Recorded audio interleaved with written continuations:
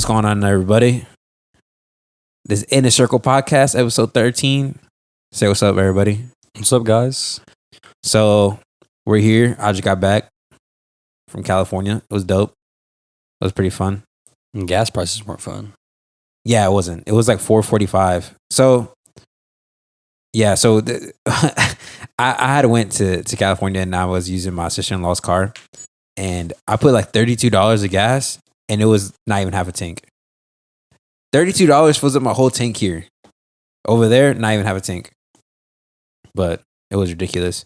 If gas prices get like that over here, I'm just going to go buy a Tesla at this point. Bro, you know how many Teslas were there? They literally had like a parking lot. Of just chargers? Of chargers, yeah. I've seen that on TikTok. I was going to take a picture and send it to you. But California is getting like that.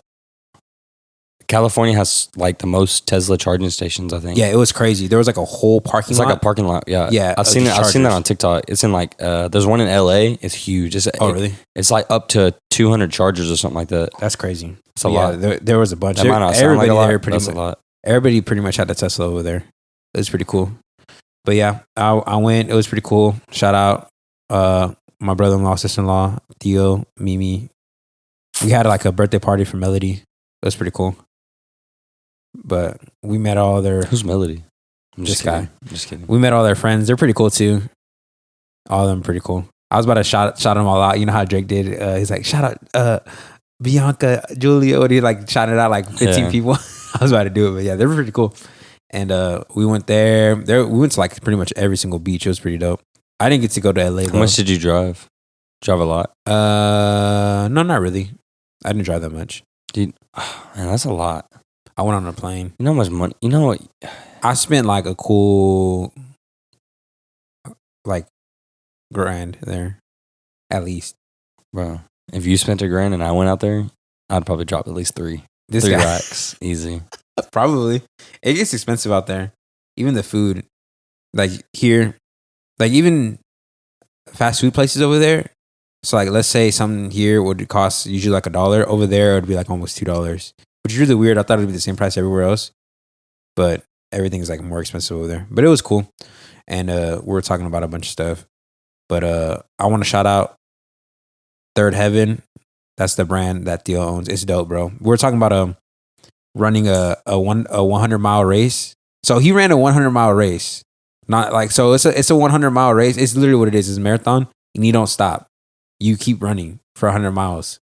So he made it to 84 miles because at the 24 they like have mark-offs for each couple hours. And so he went to 20. It was the 24th hour. He had to have 85, but he had 84. So he got cut because they cut people on certain hours. But I told him next year I'm doing it with him. So I need to start working out starting tomorrow. No, don't work out. You need to start running. No, yeah. I need to start running. Yeah. Pretty much every day.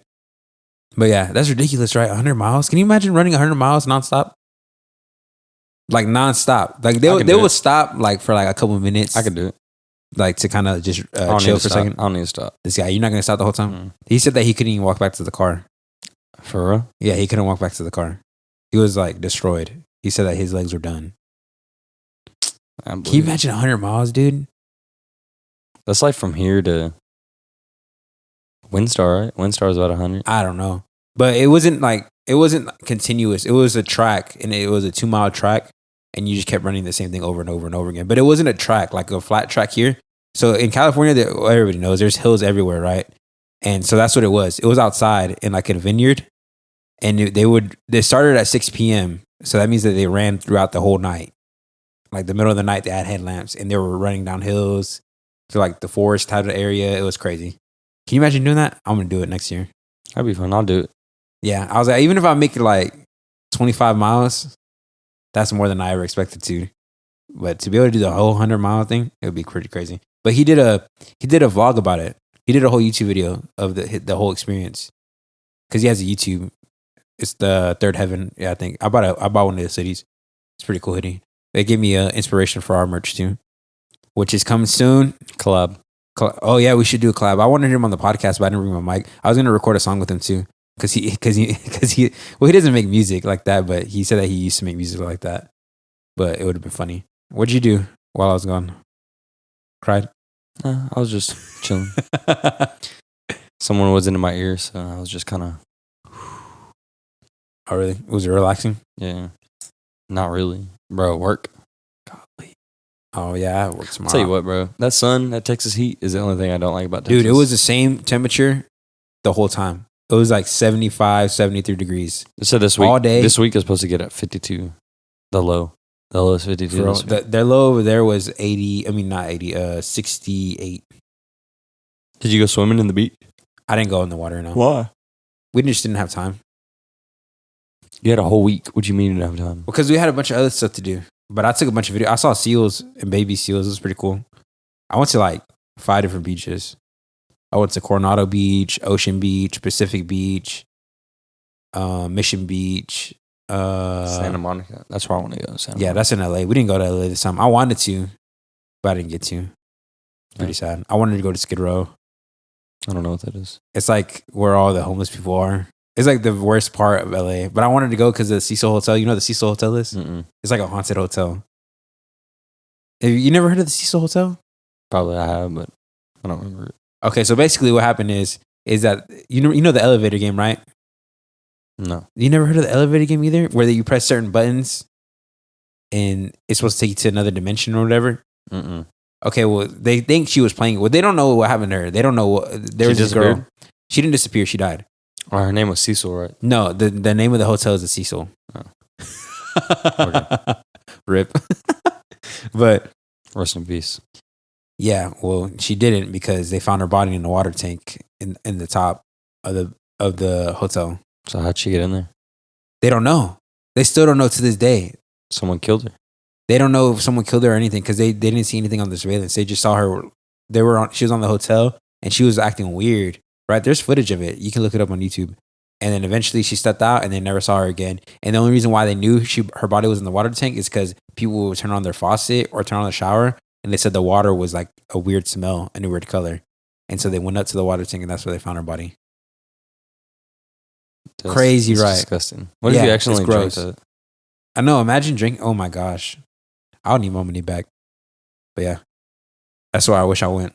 Because it would have been dope. But they say not to get out the car because it's really bad over there. Not because of the homeless people, but just because of everything that goes on over there. It's a lot of drugs and everything like that. But I told them I wanted to go see the hotel. But yeah, it would have been cool. So let's get started. So what's the topic this week, Colton?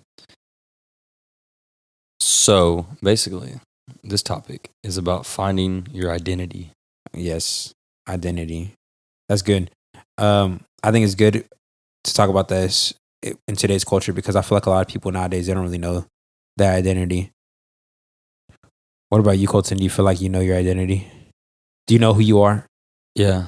Who are you? I'm Colton Cannon. I knew you were going to say the that. 7 Seas. What? The rightful heir to the Iron Throne. What is that? What is that? Game of Thrones. Oh, I never seen it. That's why I didn't know. But yeah, so do you have any talking points for us? Yeah, I think that one of the topics or one of the talking points is like, how do you know who you are?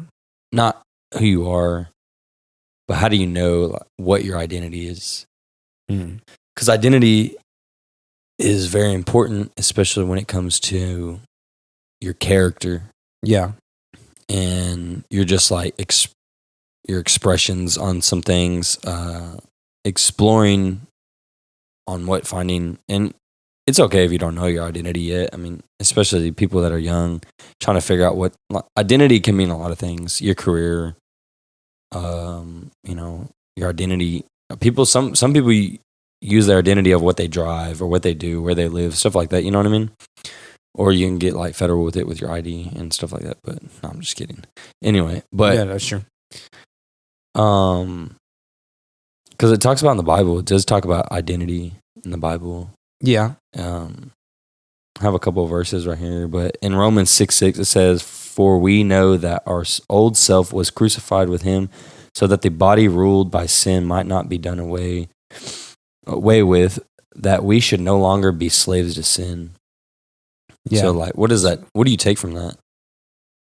Well, I know that the Bible says that we're made new whenever he died for us, and when we accept him, I know that the Bible says he gives us a new heart and a new mind. So that's why I think placing your identity in the Lord is foundational. That's fundamental towards everything else. Because I feel like it's really easy for us to put our identity in what we own and like what we do. So like, let's say if I was to ask you, for example, hey Colton, who are you? What do you do? Oh, I do this. And what's the first thing that's going to come to your mind? Your job, probably. Right. Yeah, exactly. Because we put our identity in things that are more earthly before we think about what the Lord says about us. Exactly. And that's why you have people, when they lose their job or when they lose that relationship or when they lose that item, material things. Their lifestyle. Their lifestyle. It's they have an identity crisis. You know what's crazy about that? What? If you know your identity in Christ, yeah, you'll never lose Christ. Yeah. So therefore, living in this lifestyle, what's the point of losing your, losing your quote unquote, your old identity or whatever? Yeah. But in reality, you're over here looking back on something that you lost, but there's something that you didn't lose. Yeah. And that's why it's so important to not put your identity in things that are so fragile. Right. And things that could be lost so easily, because you never know. You could lose your job from one day to the next. Right. Or you can lose your car from one day to the next. You can lose that relationship from one day to the next. You know what I'm saying? And that's why it's really important to not put your identity in those things. That's why identity problems come into play. Even people who put their identity in what their parents say about them, because that's also another thing too. Whenever their parents talk to them, like when they say, "Oh, you're this or you're that," that's why it's very important as a parent. You can't say certain things. You can't speak death over your child. Right. Because if one day you say to your kid, "Oh, you're dumb," or "You're stupid for doing this," they're always going to think that about themselves, because you would always say that about them. And that's why it's also important to make sure you do get deliverance from things like that. You do need therapy, and that's okay, because certain people do. Because I think knowing yourself first is more important than before you try to know others. Because if you don't know yourself, then you're going to be so easily swayed by what people say about you, and you're going to be so easily molded by other people that you don't never really have an identity ever. Your identity is what other people say about you. Your identity is what other people make you. And I don't think that's any way for anybody to live, especially in a free state. Like, why would you want to live like that? Because then you're not really free. You're kind of a slave to what people say about you. Exactly. And that's why it's crazy that people get into... I guess I should watch what I say on this, but people get into the genders. You know what I mean? Their gender identity. Yeah, that's another. And I feel like if you believe in the same thing as what we believe in, it literally says that God created everyone in His own image, male and female. Mm-hmm. He created them. Yeah. Why is there I understand everyone has their beliefs. There are people who believe the same thing I believe that are like, there's not just two genders. No, well, I think that's another thing too. I think that I think as Christians we're too afraid to pick a side. And so instead we feel like we need to be peacemakers and be in the middle, which we are called to be peacemakers, but that doesn't mean sit on the fence. Yeah. Like if you're me personally, not even me personally, because I feel like it's already spelled out in what the Bible says. And if you really do feel like you're a follower, if you really are a follower of Jesus, let's be real. Let's not beat around the bush anymore. If you really are a follower of Jesus, you're going to stand with what the word says, regardless of what the world says about you. Yeah. And yeah, they might not like it. And yeah, they might not even like you, but you have to remember, they didn't like Jesus first. That's where it really comes from. But that doesn't give you a pass to be mean to those people who feel like that. You know what I'm saying? It doesn't give you a pass to be mean to people, to be judgmental, because we have to remember, no sin is greater than another sin. It just isn't. All sin is equal. So that means that people who feel that way about themselves or anything like that, I'm not better than them because I'm a Christian. You know what I'm saying? Because I have my own struggles and they have their own struggles. And if they don't feel like it's a struggle, then that's just them. And we need to understand that everybody has their own walk that they need to go through. And ultimately, it's just about how you treat people. It really is. Because Jesus said he came for the sick. He came for the lost. Mm-hmm. He ate with sinners. I mean, look at all his disciples. They were all sinners, tax collectors, fishermen, just regular people. He didn't come to have Pharisees as his disciples, because he easily could have. He didn't have priests and all that stuff be his disciples, or the noble people, the rich people. He had regular everyday people, and that's who we should be talking to. That's who we should be conversating. That's who we should be kind to.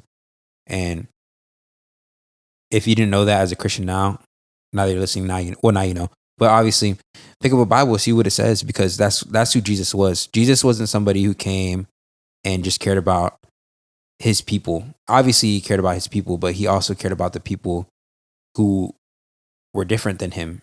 You know what I mean? And I think that's who we're called to be. That's who we're meant to be. That's another place our identity is. Because also too, if we are Christians, then that means that we also have the Holy Spirit. And the Holy Spirit, there's fruits of the Spirit. I think there's 13 of them. And all 13 of them, you're called to have those same traits as well. So that's another place you could have your identity in, patience, kindness, love, self-control, all those things. I don't know all 13. Well, I know them, but I don't know them off the top of my head. But those are where we build our character from too. And the Bible also says that we're a royal priesthood, that we're sons and daughters and everything like that. And that's why it's really important to get into the word, because the more that you read the word, the more it will be written to your heart. And the more that you'll know that it'll be in the forefront of your mind. And anytime someone says something that's opposite of what the Lord says about you, you'll know right off the bat to where it can't harm you. Mm-hmm. Because the Bible says the word is like a sword. It's a sword. You know how the armor of God, and it's the sword of truth. So that's what it is. It's a weapon. The word is a weapon to fight back against things that people say about you, things that someone speaks over you, things that are opposite. You know what I mean? Yeah. So that's what. Yeah, it's important to know your identity, and I think that's where it starts. Reading your word. And it's crazy that there was a story about a man. He was in the NFL. Yeah. And he had went to the NFL, and he was like a high draft pick, all this stuff. And he put his identity in so much in football. He didn't graduate college. He didn't do any of that, right? Wow, yeah. Goes to the NFL, got millions, you get drafted high, you get paid all these millions of dollars. You put your identity in something and you go all in on that thing. It's crazy how he failed in the NFL. Mm-hmm. And now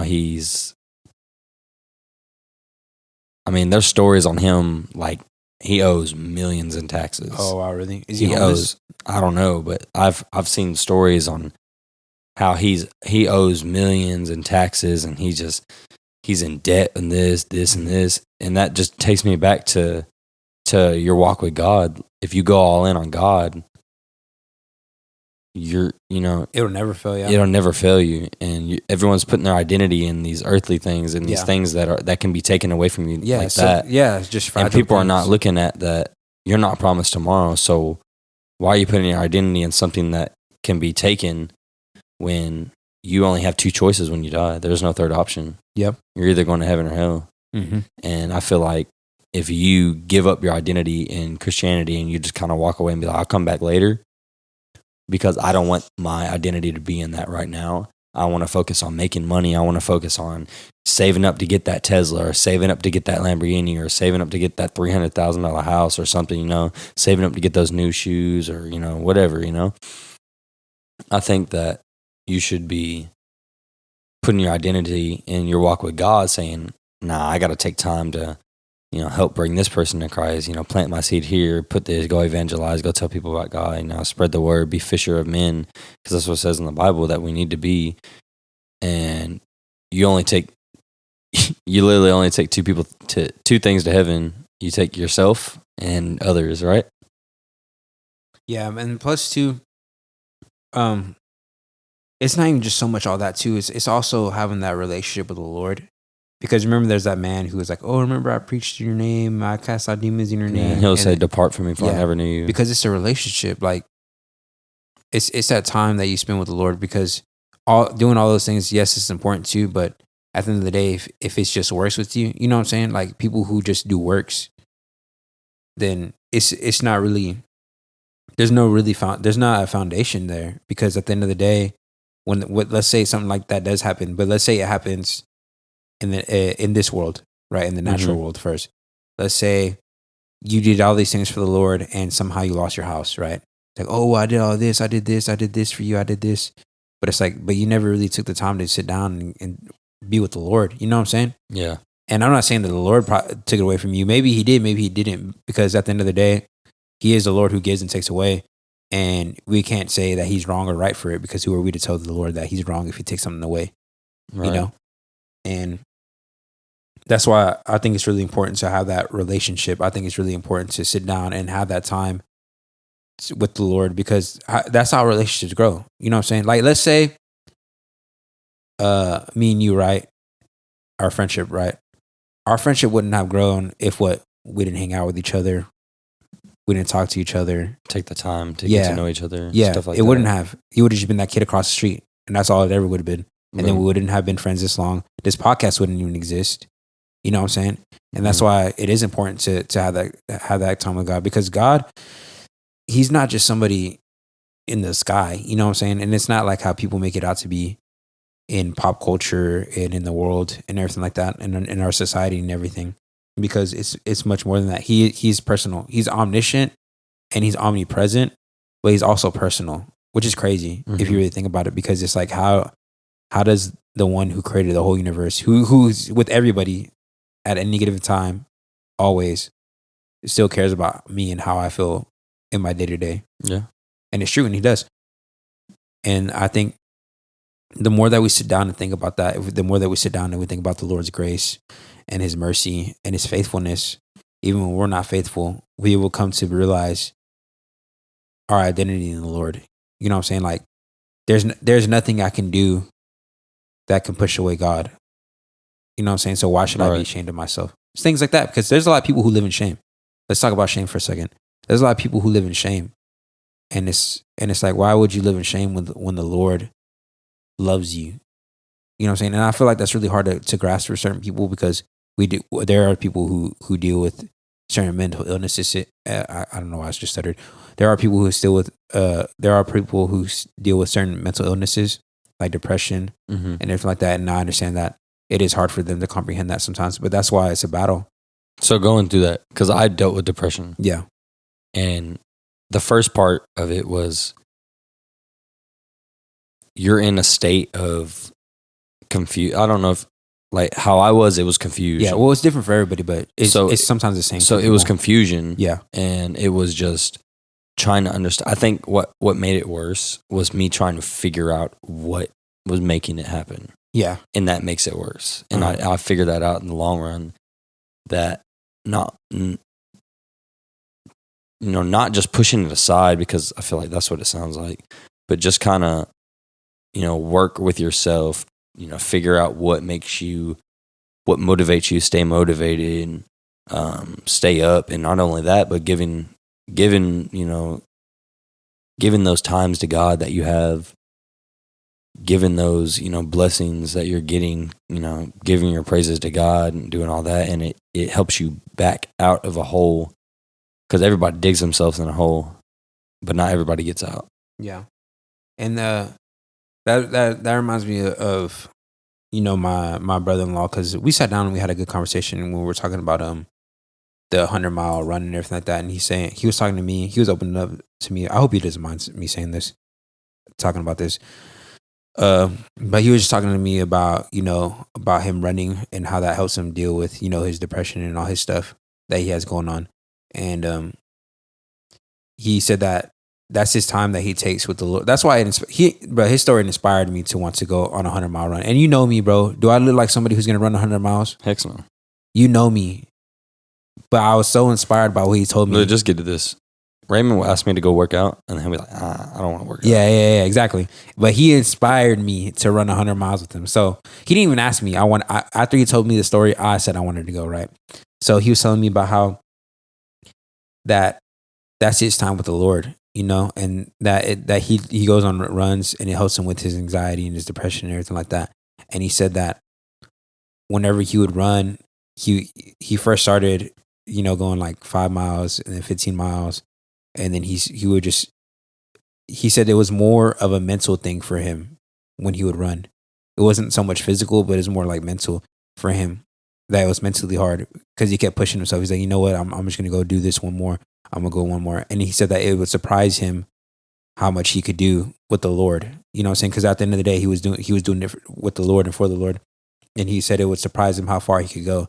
Mm-hmm. And I think that when I heard that, it inspired me because it made me think about how much more I could do with the Lord and how much more I'm capable of that I don't give myself credit for. And I feel like as people, I think we're our biggest critics. You know what I'm saying? Because we know ourselves more than anybody else does. And I think it's really easy for us to fault ourselves. I think it's really easy for us to blame ourselves for certain things. And I think it's really hard for us to have grace on ourselves first. Mm-hmm. And I think people who don't have grace for others, I think they struggle with having grace for themselves first. That's probably where a lot of it stems from.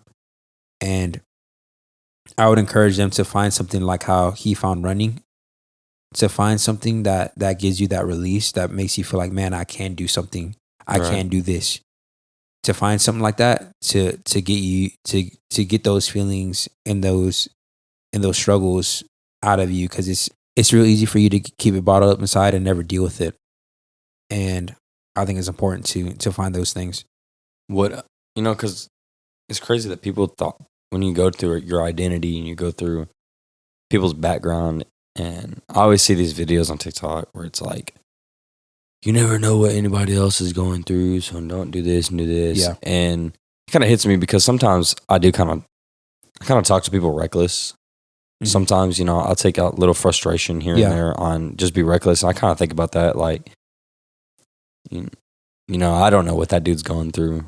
If I talk to someone at work or someone, one of my friends just kind of like, just being kind of, not selfish, but kind of unaware, And so I kind of think about that like, dang, I don't want to be the guy who doesn't care what you're going through. I don't want to be that guy. So I kind of I've been working on how I approach with not only just like people I work with or people, but like strangers too. Because, like say someone cuts you off in traffic, like you don't know what that's what I said last time. Yeah. Like you don't know where that guy's got to go. He might be late for work or he might be, he might be driving his wife to the hospital that's about to be giving birth or something like that. You know what I mean? So when you get to like points of like people getting in fights or something like that, like you don't know what this other guy has on him, and you don't know what this guy has on him. So why sit there and instigate something? Because there's people out there that will instigate it.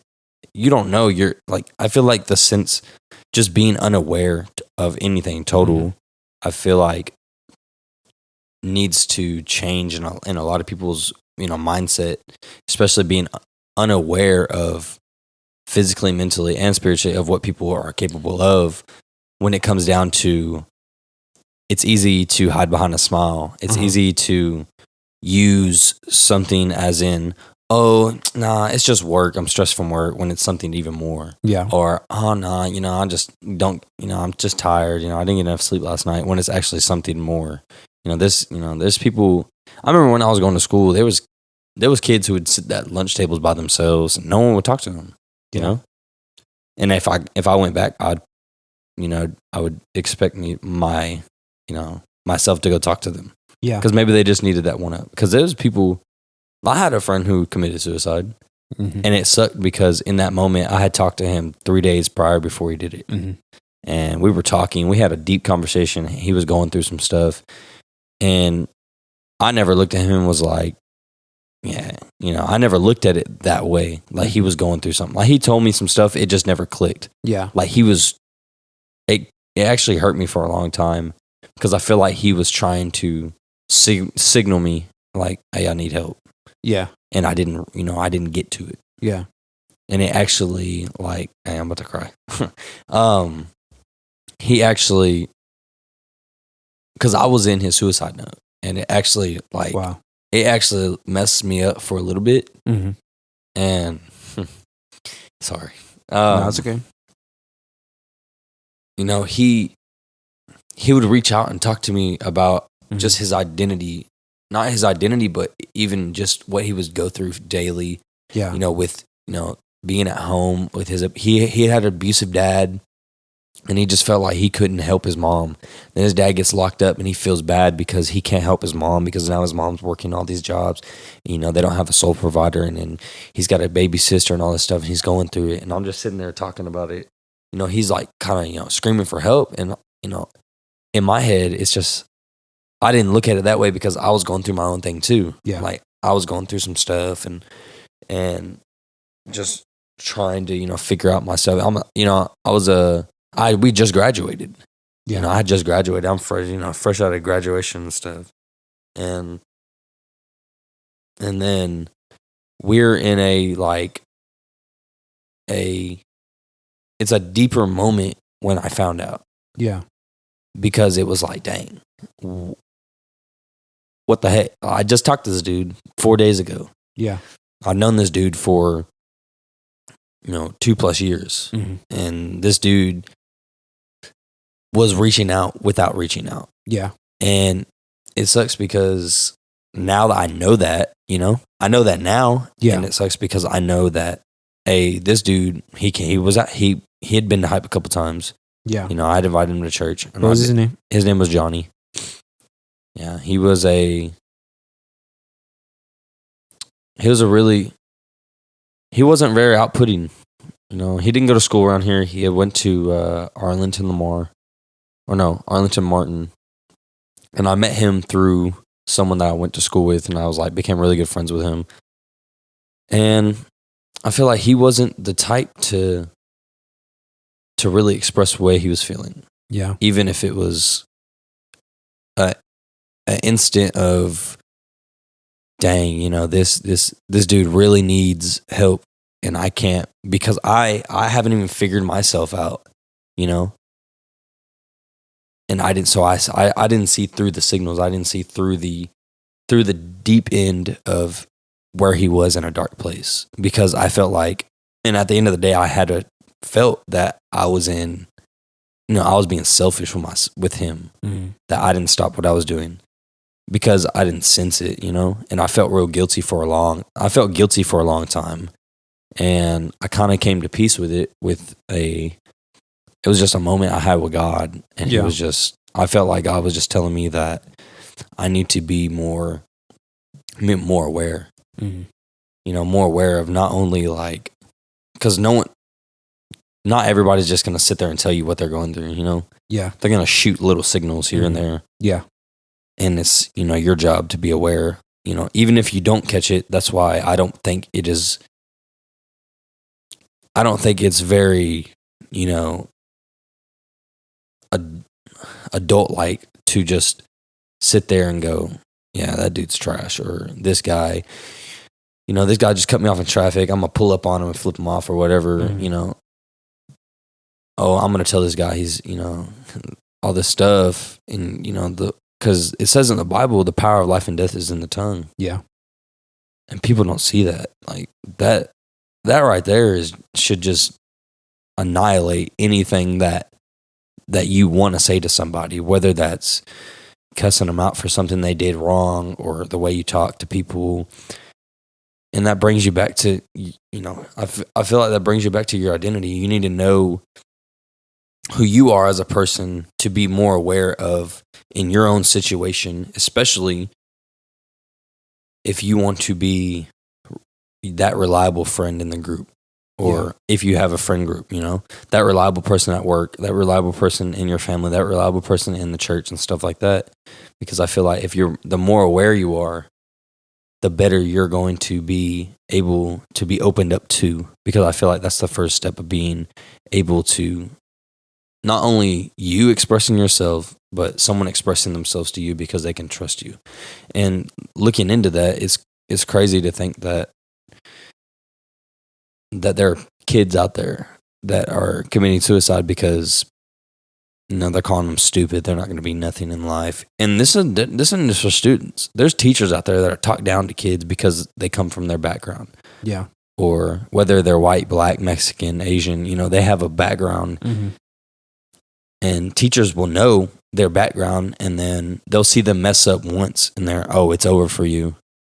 You might as well get an application to McDonald's or something, you know? Yeah. And it sucks because if that's the type of identity that a school district is going to have on their hand, or identity that a school, or your identity as a teacher, if that's going to be, what it is, then, what's the point?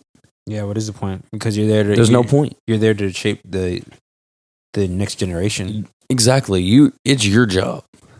Yeah. Like, Nehemiah growing up is you and Melody's job. Yeah. And people around y'all. But y'all two are the sole providers for Nehemiah. And I'm saying it is y'all's job to raise him right, to not be... Because that's cruel. I mean, what... To be mean what would you do if you got a call from your school and you found out Nehemiah was bullying somebody? I'd be really mad at him. Exactly. Because not only just bullying, just like talking reckless, like if you heard Nehemiah, say when he gets older, he's talking reckless or making fun of some kid or something like that, that comes into bullying. But like, I know if I have kids, when I have kids, my kids are not going to be like that. And if they are, they will be punished. Yep. Yeah. Because, I don't know if you've seen it firsthand. I mean, I don't think I've ever seen bullying firsthand like that.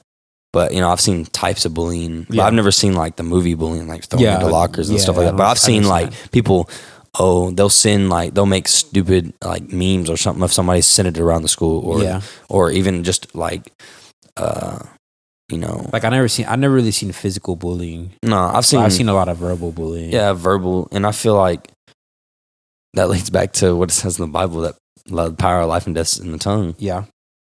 I mean, it really doesn't, it could be physical or verbal. I mean, either way, you're hurting them, whether that's mentally or physically. And when you get down to it, at the end of the day, you're not promised tomorrow. And you had one opening to do something to make a positive out of a negative. And you didn't take the chance. Yeah, that goes back to me and my brother-in-law. We were saying like, you never know, that could be the only, you could be the only quote unquote Jesus that person sees for that 20 minutes. You know what I mean? Like that could either make or break somebody. And I think that we're not really aware about that when we should be, because I feel like it's real easy to get involved in your own life. Because I feel like I was thinking about it one day, and I was like, everybody's the main character in their story. You know what I mean? And that means that everybody else in their life, they feel like are side characters. They're not as important as you. And that's because I feel like we live probably in the most selfish country, because we got it all. You know what I'm saying? That sounds like a first world problem, because, it's real easy to be selfish here because we got it all. You know what I mean? And, I think we have to remind ourselves that, everybody is a main character. You know what I mean? Like, there are no side characters in this story. Everybody's a main character. And they all have their own life. They all have their own struggles. And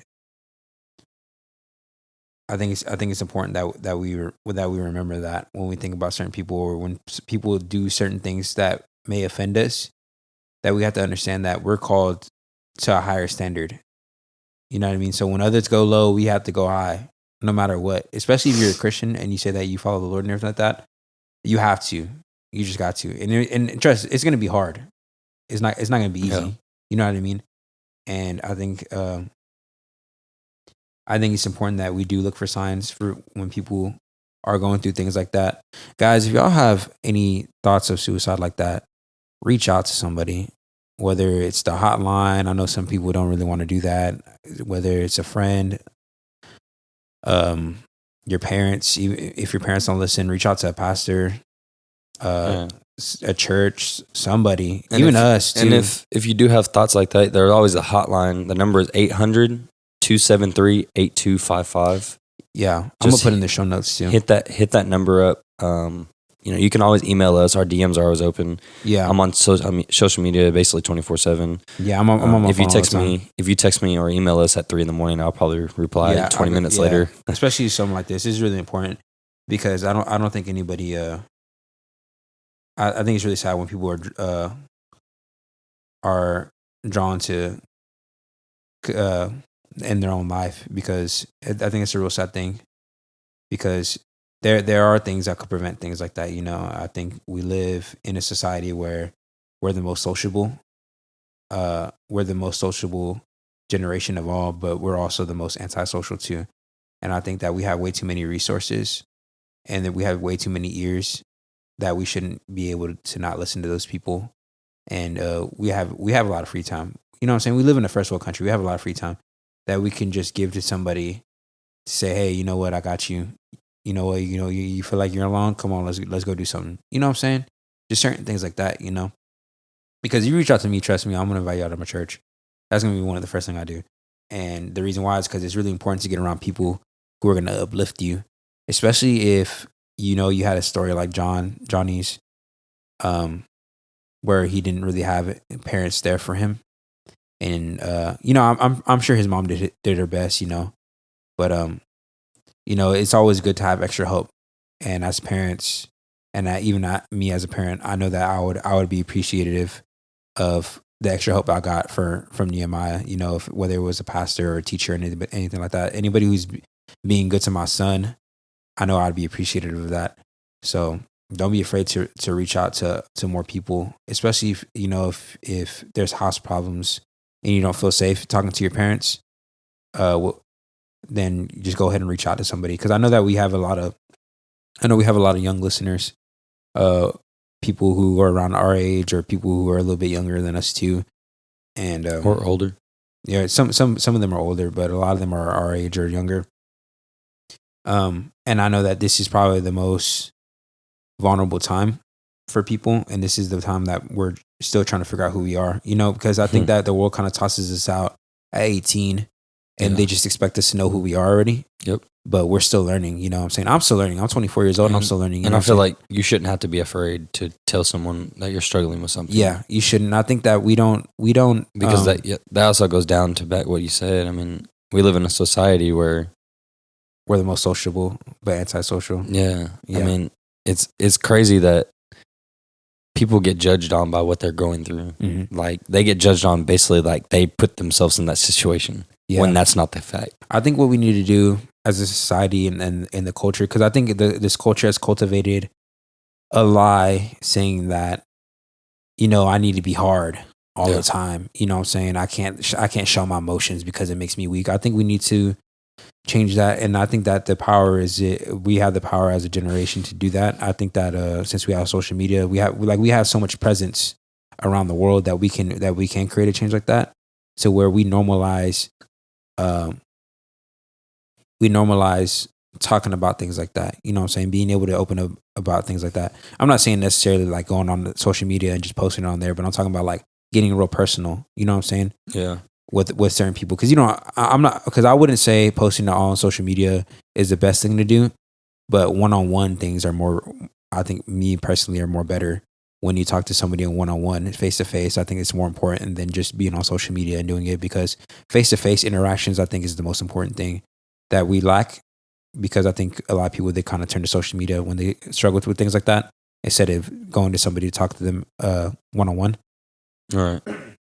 And I think it's important that we do take that time one-on-one. And I know that we have a lot of women listeners too, and I know that a lot of women, they struggle with identity issues too, especially since the world tells them, what to be and everything like that.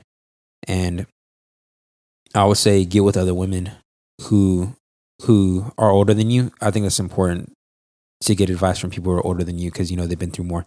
And just because they're old and times are different. A lot of people like to say that it was different back then. Not everything was different. A lot of times it's the same struggles. Struggles are the same, and sin is all the same, and things that happen are the same. It may be different how it happens, but it's all the same.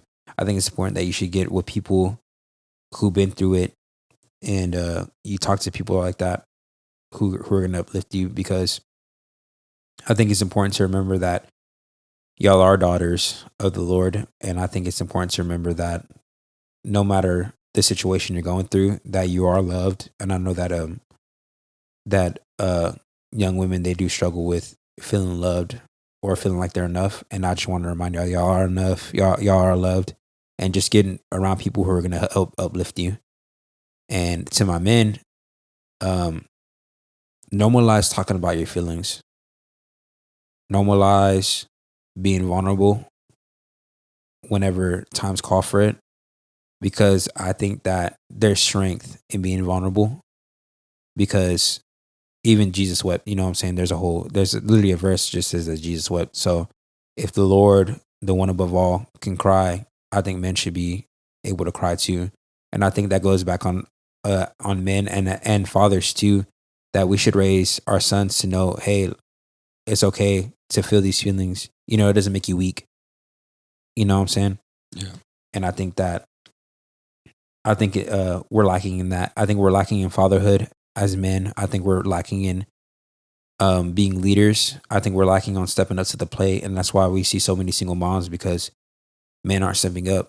And I think that there needs to be a change in that. And I hope there is a change in that, especially in my generation, because all the COVID babies, you know, like I hope there is a change in that in the next generation.